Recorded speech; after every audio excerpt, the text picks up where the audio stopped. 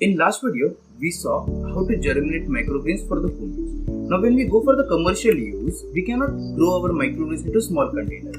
We should go for some bigger trays like this. These are the commercial trays which are used for the commercial production of microgreens. If you are planning to sell your microgreens to restaurants or a retail store or anywhere, you need to take the production into the bulk. So we're gonna use this trays and we're gonna use the coco pit. So this is a loose coco pit. We cannot use coco pit disc because that will make our job tedious and will be a little bit more costly as well. So what we're gonna do is we'll use the coco pit and we'll put the coco pit into the tray and then we'll put our seeds on the tray. So the easiest method to do it, take our coco pit and fill up our tray. The one thing what we have to make sure that our tray has a proper holes to this, so excess water will run off properly. So I'm spreading my coco pit evenly onto the tray.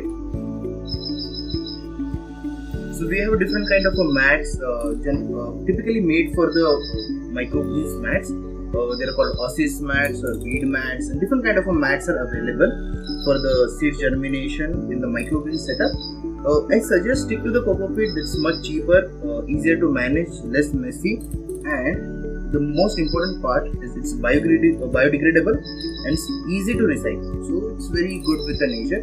A lot of times people use hemp mat or sometimes they use different kind of a mats which are not that biodegradable, and it gives the same or good result. But let's stick to the nature. Let's use the biodegradable coco pit. It will give you the proper result, same result at much cheaper cost. So instead of using hemp mat or something, you can go ahead with the coco pit.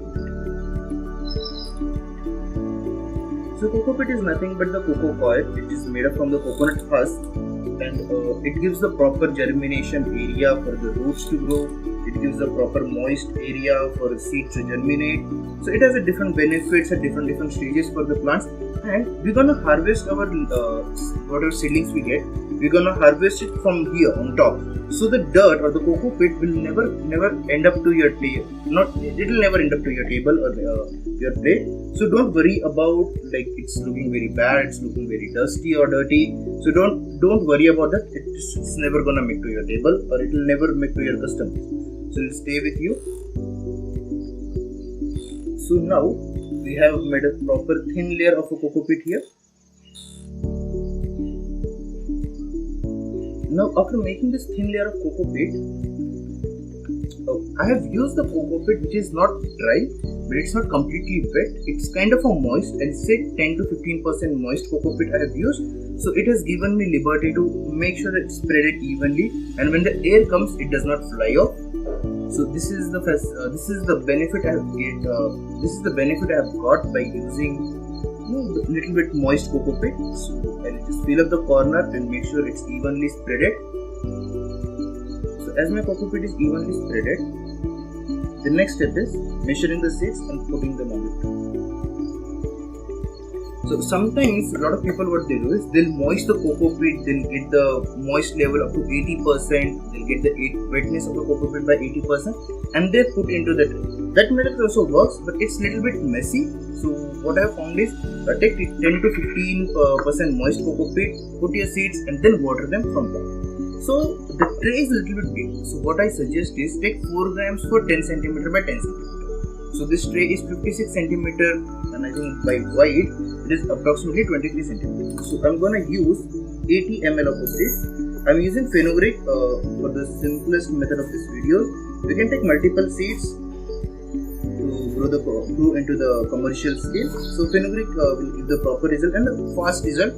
So I can show you the result guys very quickly. Mold formation and different kind of fungi infection, how to avoid that, and we'll learn about that as well.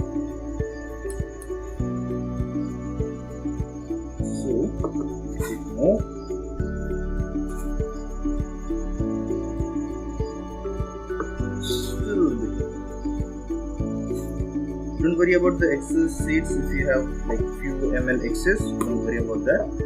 So these are the 80 ml seeds. So now we'll spread that on it. Put this aside and get a proper view of this. So you guys can see it properly. So now what we have to make sure is we spread the seeds even.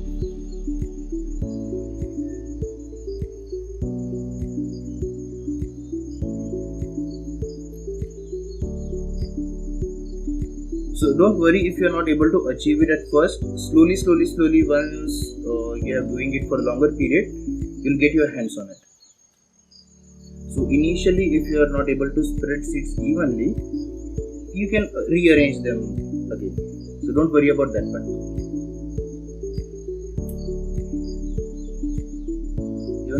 Sometimes even I find it difficult with a different kind of a seeds. The smaller the seed, the distribution is more even. There is alternative method, or there is additional tip or trick I'll say, to make sure that after spreading your seeds into the coco pit, how you can achieve them the evenness into this.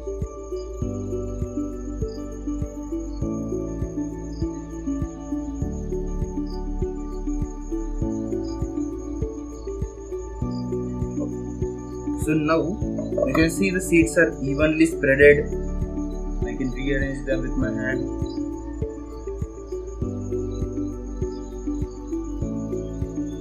So as we saw into the home videos or home microgreen videos, we have to start the germination process. The easiest method to start the germination process is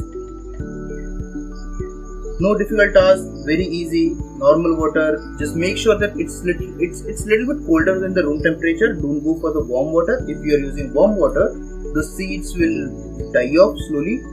It will harm the seeds. If you are using for very much cold water, again the germination will not happen properly. So make sure you have a little bit of a cold water than the room temperature water. You can go with the room temperature water, it gives the proper result. You don't have to worry about that. Just avoid warm water. If you have a warm water, make sure that it settles down to the room temperature, then use it. If you have very much cold water, then also make sure that it settles down to the room temperature, then use it. Never use colder or a warmer water for seed germination. It's gonna harm your seeds. The germination process will not stop. For some seeds, the germination process will stop, and some seeds they'll start rotting into the trays. Once they start rotting into the trays, the mold and the fungi, different kind of infection will be introduced to your tray, and you'll lose your harvest. So making this small change, like using room temperature water, will avoid all this fungus and mold formation. It will bring down to some extent. So now, as you can see, we have properly watered our seeds, and the germination process will start immediately from here. Now, in the next video, we'll see how to cover your tray to get the maximum rate of germination or the maximum germination of the seeds.